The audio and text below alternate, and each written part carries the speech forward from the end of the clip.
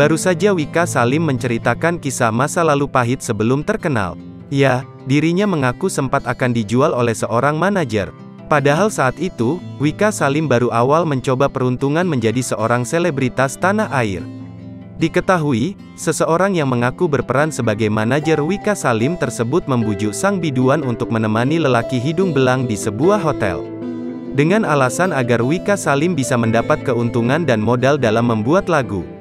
Awalnya dibilang mau dimanajerin, tapi ternyata pas ketemu malah ditawar-tawarin, ujar Wika Salim seperti dikutip dari kompas.com. Nanti biar kamu punya modal banyak, biar kamu bisa langsung naik, nanti kamu punya uang untuk modal bikin lagu, kata Wika Salim menirukan ucapan orang tersebut. Namun karena tak ingin menempuh jalan yang salah, Wika pun enggan mengambil tawaran seperti itu. Ya, sementara Wika sendiri tak terpikir untuk melapor ke polisi karena malas berurusan dengan hukum. Kalau bisa diselesain baik-baik, ya baik-baik aja, kalau dianggap gak usah dijadiin masalah ya udah lupain aja, lanjut Wika Salim.